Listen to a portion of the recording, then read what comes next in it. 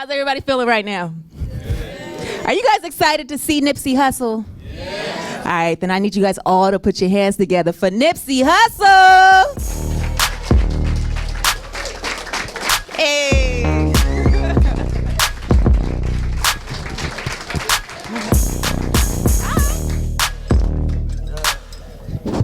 What's up, everybody? What's cracking? What's cracking? I like that hat, bro. Yeah. That's right. Love. Hell yeah. What's up? We are officially, what, a week and a half away? Yeah, like 8 days. I'm a little bit over a week, yeah. Victory Lap in stores, available to all of y'all. Yeah, pre-order that thing, man. ASAP. Yeah. Now, I know you just dropped the track list. Not yet. I ain't put it out yet. It's coming out. Well, I ain't gonna say when. It's coming out soon, though. You gonna put it out soon? Real soon. Okay, well then maybe somebody showed me a sneak peek or something because you get the inside info. I'm sorry about that. Yeah. So how has this whole process been for you? Because you've been talking about this album for a few months now. Yeah. And I know that you've been grinding, just trying to get the word out for you. Like, what are you most excited about for this album? Really just letting everybody hear the music. You know, I feel like I never put so much into a project. You know, I've been on a mixtape grind since I came into the game. Right. And this being my first album, you know, we did a partnership with Atlantic Records. So I just wanted everything to be elevated, you know, musically, lyrically, the production, the concepts, the features. Right. And I feel like we accomplished that. So I'm just excited to, you know, unleash the music and let everybody hear what we did. Have you been getting clap back from fans because you did the deal with Atlantic? Well, I mean, just for clarity, I'm signed to All Money In for life. I got a Suge Knight deal with my label.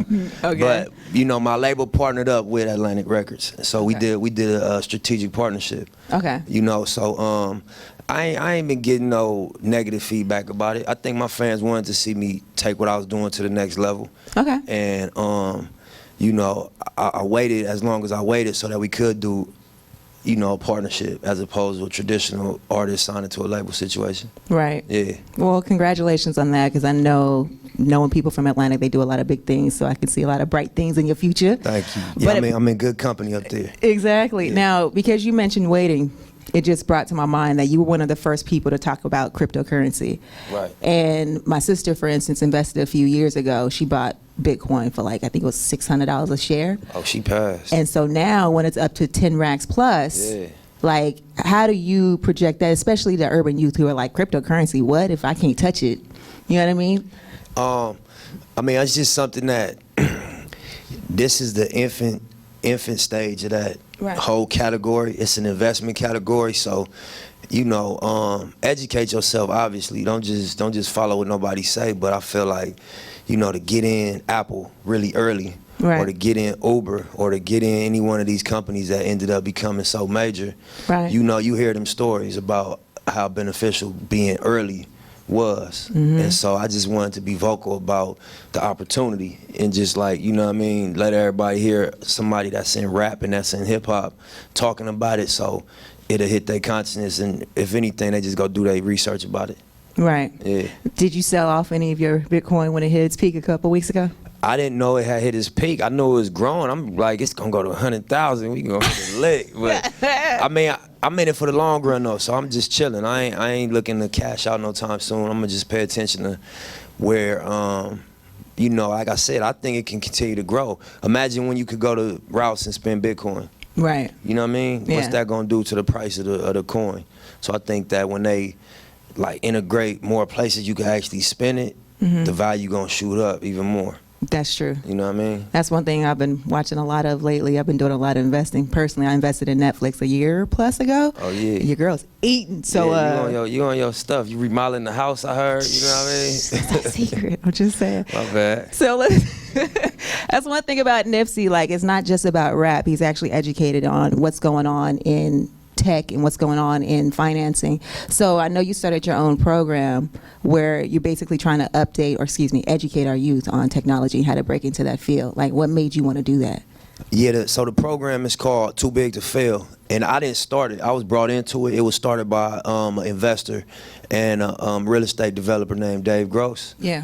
And we just were sitting next to each other at the Laker game, and he like, Nip, you know, I'm a fan of the music, and this what I got going on. Let me come out of the office, let me show it to you. And when I saw the vision, it was like, to to sum it up, it's basically a bridge to connect inner city LA youth to the opportunities in Silicon Valley.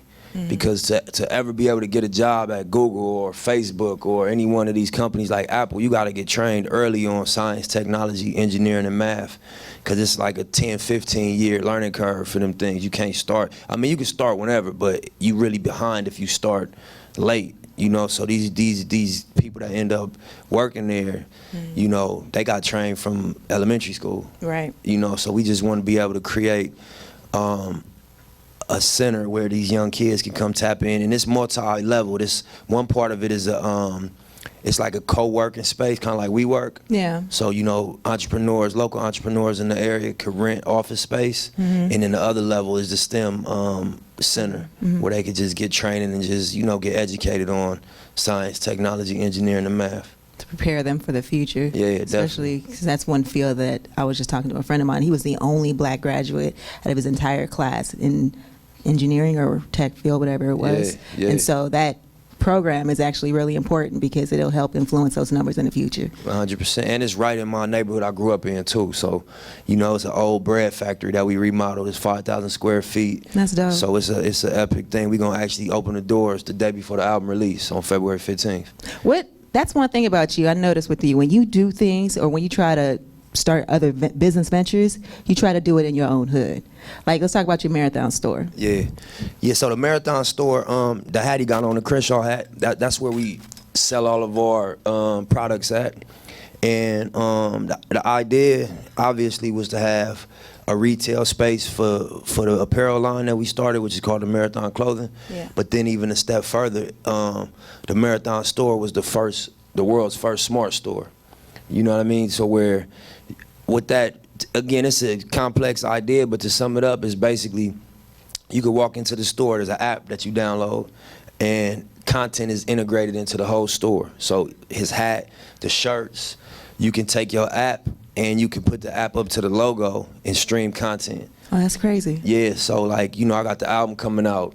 I could say the album's dropping on the 16th, but from the 12th to the 16th, anybody that go buy a Crenshaw hat, I'm gonna have an exclusive record off the album that y'all can stream early.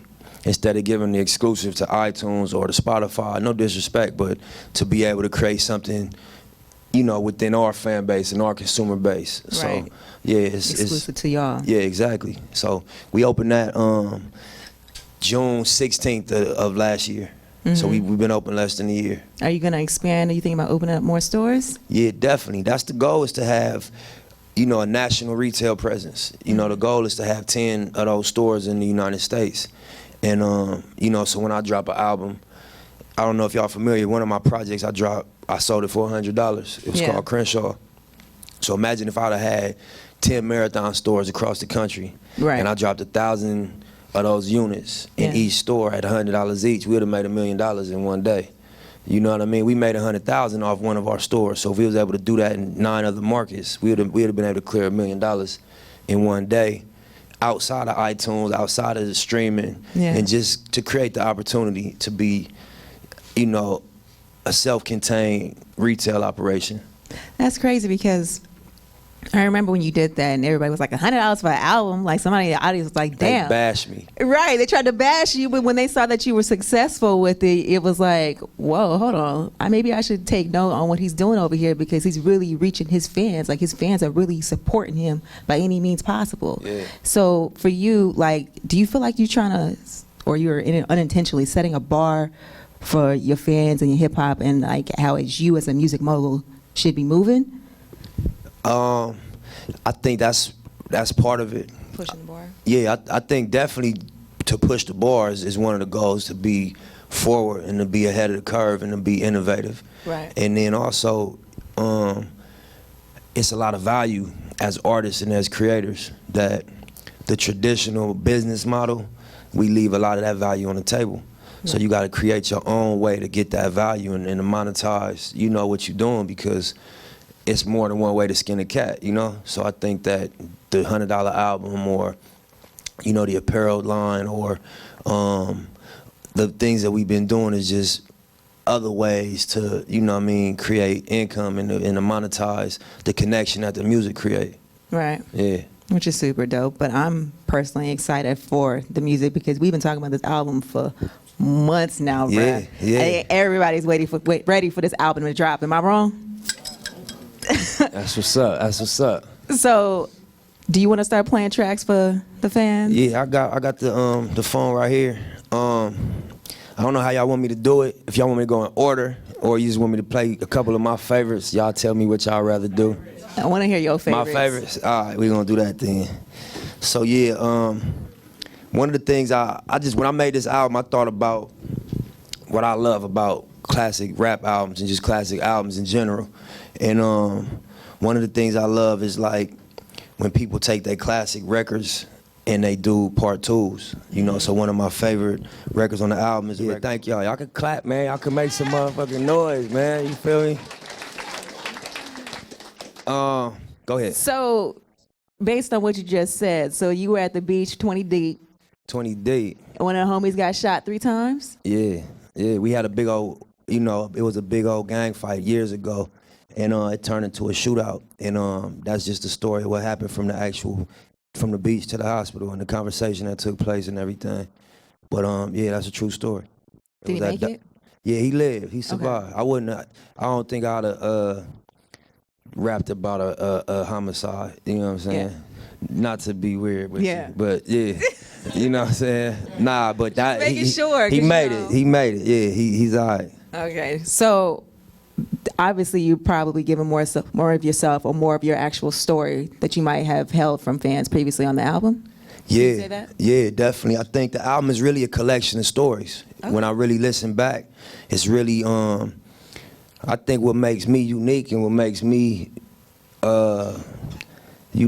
special in rap and hip hop is just what took place before. And you know what I mean, the path of us getting here and just the valleys and peaks and what we went through. So I wanted to really go into detail on the album and just talk about them things so that people could get an understanding of why it's incredible that I got a real national debut about to happen in a couple days. And, stand here as an entrepreneur. I got a joint venture with the label and in spite of everything that took place, you know what I mean? So I think what was most important on the album was to just tell them stories. Which is dope. Yeah, thank you. So what is the next song you want to get into? So we gotta make a deal about this next one. I don't know. So it's a feature on this one, and if y'all could keep a secret, I'll play this. I know that's asking a lot. Y'all might. That means no tweets. Yeah, if y'all can, you feel me? And I know it's cool to run back and man, I guess what? Just 8 days, I want to keep it low, but I want to share this with y'all. So can y'all agree to just keep it between us? You know what I'm saying? And don't reveal the staff feature. Included. Yeah, just Now, I swear to God, if one of y'all tweet. My man's in the back watching everybody, trust me. Hidden phones and all that. Right. Nah, all right, so yeah, I'm gonna go to, have everybody heard all the singles already? Y'all heard Rap Niggas and y'all heard Last Time I Checked? Yes. So we can skip them, we ain't gotta play them. We'll play something else for y'all. So I'm gonna play the intro. One of the things I wanted to do on the album, I wanted the production to be like a clear elevation from the mixtapes. And I wanted it to be obviously rap music, but I wanted it to be musical as well. And just, go ahead. Wait, you said you wanted to be musical as well, so as far as chorus and melodies, or? Just the actual instruments is what I was talking about just right now, but that too. But on this one, I really wanted to, have a real musical backdrop to what I was saying and kind of score the lyrics. You know what I mean? So this is one of the records that when we got this one done, I told all my producers, like, this the sound of the album, just in terms of how dramatic it is and how the music accents what I'm saying. Sure. Clap it up. Thank y'all. Thank y'all. Thank y'all.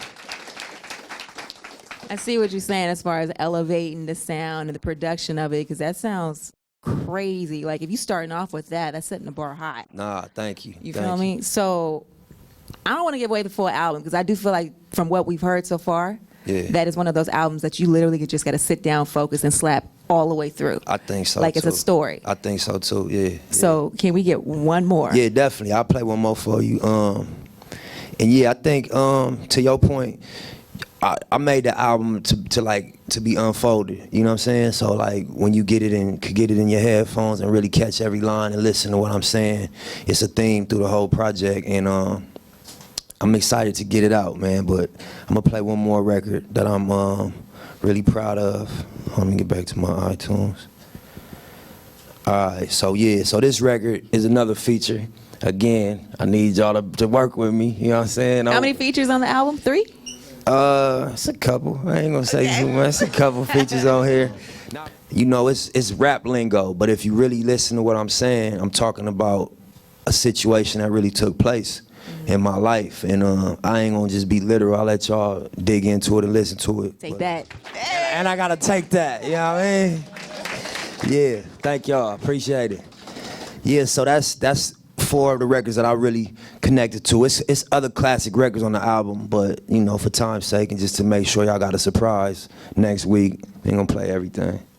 That's one of those you got to go get the pre-sale right now. Y'all got to, man. Everything that we've heard so far was fire. Everything had its own unique spin. Right. It wasn't the same old shit, because you know some people just like to make the same song over and over again. Yeah. But every song I feel like shows a different side of you. Right. And takes your musical elevation to the next level. So congratulations. I'm excited. It sounds like this could be a classic album. Thank you. Now, are there any last words you want to say to your fans before we let you go? I appreciate y'all coming, really. You know, I'm excited on some music shit, really. Regardless of like the business side and everything that's gonna happen on business, I'm here as an artist, and I'm excited to put out new music and new art.